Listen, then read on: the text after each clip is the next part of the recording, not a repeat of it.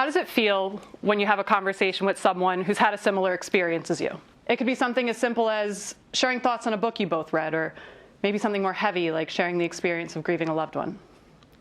Some words we might be able to use to describe it could be empathetic, relatable, sensing that a fear of judgment has gone away because there's a commonality of understanding. The specific events and experiences might look completely different, but the feelings and the knowledge that you gained are the common ground of that connection.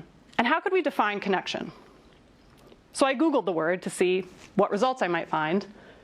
And to my surprise, among the top results was the name of a technology company and a song by OneRepublic called Connection. Not really sure what results I was expecting to find, but it definitely wasn't computers and music. But the Google definition of connection is a relationship in which a person, thing, or idea is linked or associated with something else. So from the time that I was in middle school, I very much associated with depression. I had a lot of guilt and shame about how deep my sadness went. And the only way I really knew how to cope with it was through self-harm and tearing myself apart with words, because I was worthless. Or at least that's what I believed. And when I was 15 years old, I attempted to take my life. For what felt like forever. I could not figure out how to get rid of the thoughts of wanting to end my life, and I thought that living on a spectrum of suicidality and depression would define me. But I wanted to get better, so I did things that I thought, okay, maybe this will help me. I went to therapy, I learned coping skills.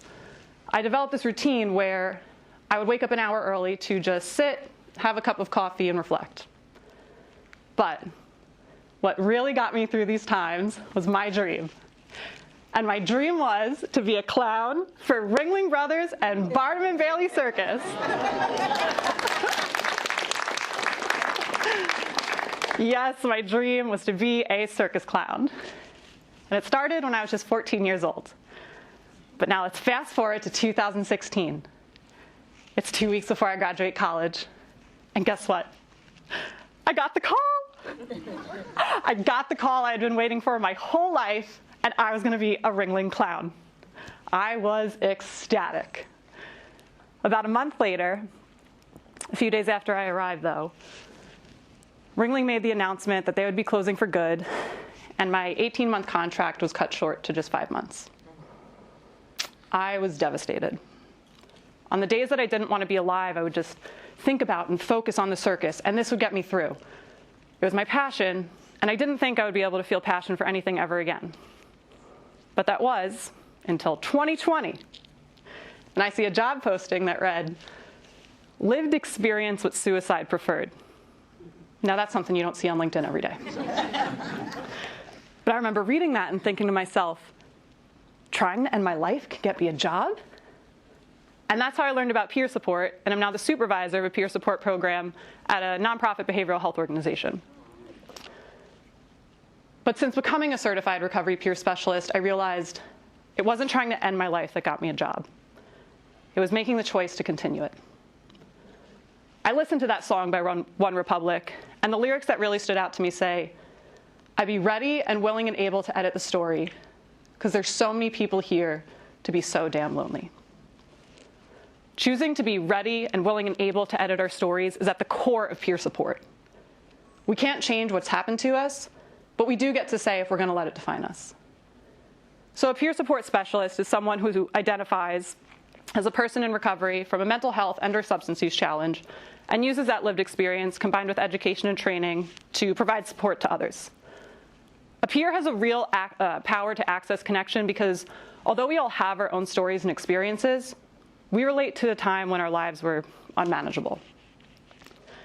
Some of us may or may not have college degrees, but we are experientially credentialed, having knowledge of hardship and perseverance that simply cannot be learned through a textbook. Although I am standing here today as a certified recovery peer specialist, and peers in the workforce do have a credentialing process in order to gain certification. And through that process, we're learning about how to support others, but we're also really taking a look at our own wellness journey in the process. So according to SAMHSA, the Substance Abuse and Mental Health Service Administration, one of the foundations of peer support is that the relationship between the peer and the other person is mutual. So meaning that there's a shared responsibility between both persons. And because of this mutuality, peers have a really unique dynamic ability to provide an array of different types of recovery supports. So that first program that I was with a suicide prevention program. And I started meeting with someone who we will call M. So M had struggled with multiple mental health diagnoses and suicidal ideation, as I had myself. And each week I would go to M's house for weekly recovery meetings to just listen and provide support. M didn't have easily accessible access to transportation, so there were some weeks where I would go to the local Riverwalk with them so they could feel more connected to the community. There were also times when they needed assistance with picking up their psychiatric medication, which they found was a vital piece to managing their mental health, and I was able to help them with that.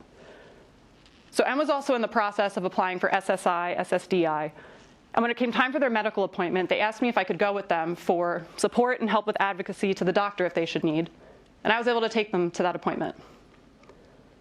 So after about a year of meeting, M had really grown more confident in their recovery, and when it did come time for our meetings to end, M had said to me that over the last year, it felt like they had the support of a friend. Peers can really help to bridge that gap to access in our community. So in my program now, myself and my program participants are able to do things like, myself and my staff are able to do things with program participants like attend NA or AA or SMART recovery meetings. We go into the local jail to meet with incarcerated individuals to have recovery meetings. We can meet with people over Zoom, in their home, in our office. We can literally meet them where they're at in their journey to provide them with support. Let's think about it like this.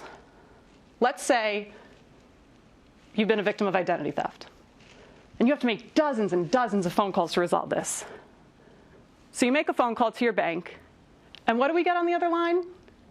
Everyone's favorite thing to hear when we need help: the robot, the automated robot. So you're listening to the robot go through the prompts, and then maybe the phone call starts to look a little something like this. At any time you'd like to speak to one of our customer service representatives, just say representative. Representative? I'm sorry, your request could not be complete. Press 1 for banking, 2, credit cards, 3, representative.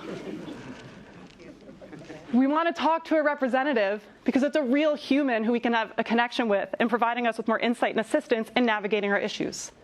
Peers are like those navigating representatives, except we're in the passenger seat with the person we're meeting with in the driver's seat of their own recovery. So what's recovery? SAMHSA's working definition of recovery is a process of change through which individuals improve their health and wellness, live self-directed lives, and strive to reach their full potential. I interpret this as a process of healing and moving beyond the limitations of what our conditions might have once told us we have. As Florida and states across the US transition to a recovery-oriented system of care, for recovery to be sustainable and possible, we need access to the 4 domains of recovery, which are home, health, community, and purpose. Home, a basic need, a stable and safe place to live.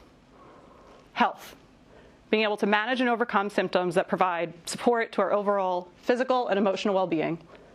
Community, relationships, social networks, and resources that provide support and inclusion. And 4, purpose, creating and finding meaningful engagements in our life. I have definitely found purpose in my recovery. But I turned to Google again to see what results I might find when searching a word like recovery. And again, to my surprise, among the top results was music, a song by James Arthur called Recovery. So of course I listened to it. And in the song he says, "In the sound of the sea, in the oceans of me, I designed my recovery." I designed my recovery. There are so many different ways that someone can design their recovery. There is no one-size-fits-all answer, but there is personal responsibility in finding it. No one could make me wake up at 6 a.m. to have a cup of coffee and reflect. And the only person who can find what works best for you is you. I did find it ironic, though, after searching meaningful words like recovery and connection on the world's largest search engine, that among the top results was music. But the more I thought about it, the more it made sense, because humans deeply feel and resonate and connect with music. And I figured out why both clowning and peer support became my passion. It's because they're both rooted in connection. Clowning is more than just juggling and unicycling. It's about embracing vulnerability to connect with someone and saying, I see you. And being able to connect with others through my lived experience of mental health challenges has brought new meaning to my life. And there's science behind why connection is so powerful. According to research by Dr. Emma Sapala, the science director at Stanford University's Center for Compassion and Altruism Research, some benefits of connection show 50% chance of increased longevity, lower levels of anxiety and depression, and better ability to have emotional regulation skills. When we are engaging and creating recovery supports that are based off of shared lived experience, we are creating connection. What if peers continue to grow to be both within and beyond the traditional setting of behavioral health? What if they were in our school systems, our community centers? I wish that when I was a teenager in treatment that I had the ability to talk to a peer specialist, but I didn't, because I didn't know they existed. And the first step to having access to anything is having the awareness it exists. I challenge you to have a conversation with someone in your own life who might be exploring their own wellness journey. Are there peer support resources in your community that you could access? NAMI, for example, the National Alliance of Mental Illness, has dozens and dozens of community chapters all throughout the US and offers a variety of peer-based services. And data compiled by NAMI, found through their national website, reported that in 2020, over 12 million Americans had serious thoughts of suicide. And suicide is the second leading cause of death among individuals aged 10 to 14, 25 to 34, and the third leading cause of death among individuals aged 15 to 24. Now, I know that sometimes numbers and statistics can feel dry and impersonal, but what if one of those numbers is someone you can think of right now? A family member? A friend? Do you self-identify with it? Because I know I do. And I could have been one of those numbers. But thankfully I'm not. I'm standing here today, and I choose recovery. And I don't think I would have found recovery without clowning. From studying physical comedy over the years, one of my all-time favorites is, of course, the infamous Robin Williams. I watched all his movies growing up, and there's always been certain scenes from certain films that have stood out to me. In the film Dead Poets Society, Robin Williams tells his students, no matter what anybody tells you, words and ideas can change the world. Peers are out there right now changing the world, sharing their words and ideas on resiliency and recovery, connecting with others in their journey to create a life that's worth living. And in the climate of the world we have today, we need that more than ever to find our path, to create a life that is worth living. Thank you.